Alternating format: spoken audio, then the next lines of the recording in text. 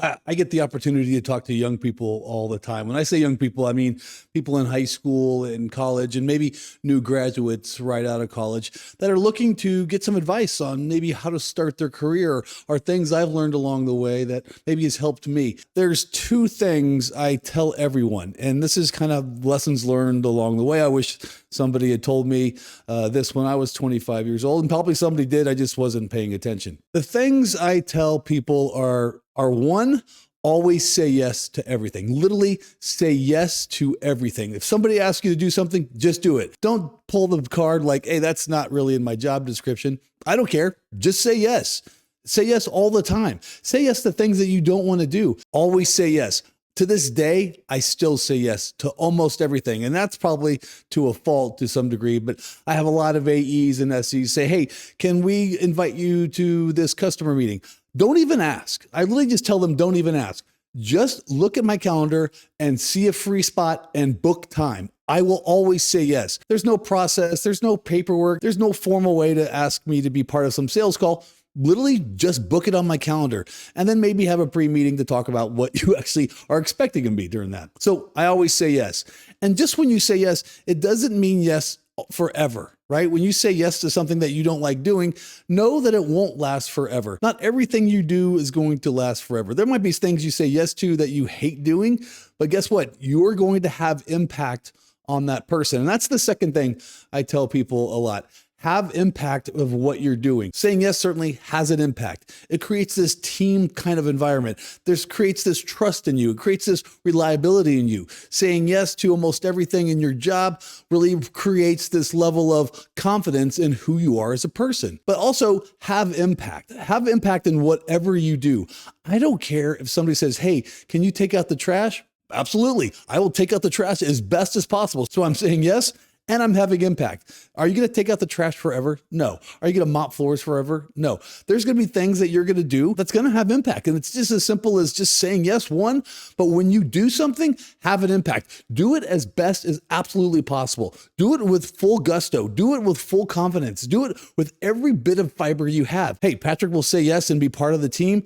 And when he does commit, he's going to do it the best he can. I have an 11-year-old and he plays soccer and he had his first practice the other day. He's been playing defense for the last few years because, well, he's just not fast enough or good enough to play offense in the league he plays in. And he came moping back from practice last Monday. He's like, I'm playing defense again. I can never play offense. The coach doesn't know how good I can play on offense. And I tell him this, when you're playing a sport or when you're in a job, having impact is part of that process. Basically saying, hey, I'm going to do 100% of what you've asked me to do.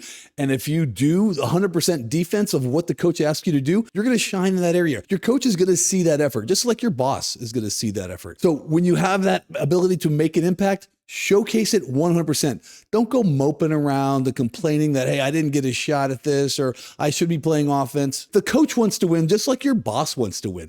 They're going to put you in the best position possible.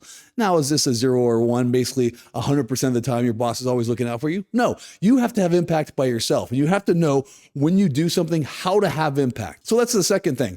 I said there's two things I tell you to everybody, but actually there's three. Fill gaps. That's the third thing that I tell everybody. Fill a gap, fill a need. When you are at your job, one, when you say yes, and two, after you have impact, fill those gaps that you see other people not filling. There might be a technology that no one really likes, and that's okay. There's lots of technology that I didn't like growing up through the corporate ladder and enterprise tech. There were a lot of things I didn't like doing. And guess what? That's part of their ability to shine because no one else probably liked doing them either. And guess what? Again, you're not going to have to do them forever. But if you can do them and fill that gap that no other part of your teammates want to fill, guess what? You're going to have immediate impact and you're going to be seen as a team player. Filling those gaps is probably one of the most important things I've ever done. When I was at Microsoft, one of my first jobs was as a network engineer. I was part of what they call the support network escalation engineer. I sat in a cubicle all day long on the networking team, and I took phone calls from customers and clients and partners when they had a networking problem. I had to figure that out. And if you don't know anything about networking, that's okay. Networking is super complicated. There's many, many, many levels of networking. There's many layers in networking, and you can't be an expert in all of them. There's Wi-Fi, there's VPN, there's IPsec, there's network monitoring, there's traces. Like, you cannot be a 400 level IT tech in every single area. There's going to be a gap that you have on your team. Fill that gap. That's the part. Identify what gap that is and fill it. And again, it won't necessarily be forever. For example, I used to have to do a lot of Wireshark traces on SMB or file sharing. Basically, file sharing, when you send a file, you're using this SMB protocol. And those traces suck. They were hard.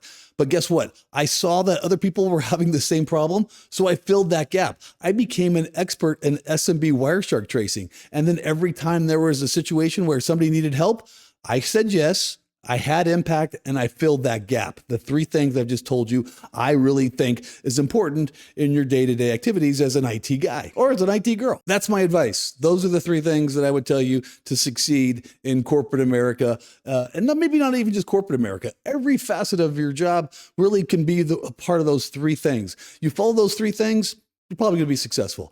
And it just takes another 10,000 hours of work to perfect all those things. It's not going to happen overnight. You're not going to be an immediate success most of the time. You're going to have to trudge through it. And a lot of times, that's just part of the learning journey you're going to have to go through to be successful in life. Simple as that. First of all, this was just a test video to see if I can get my HDMI cable to work with my CamLink 4K right into my laptop so I didn't have to record audio and video on separate devices. So I hope this test works because I just wasted probably 10 minutes of my time recording this video. And if it does work, great. I'm going to post it on LinkedIn and YouTube. I'm Patrick Kelly, the Tattooed Nerd.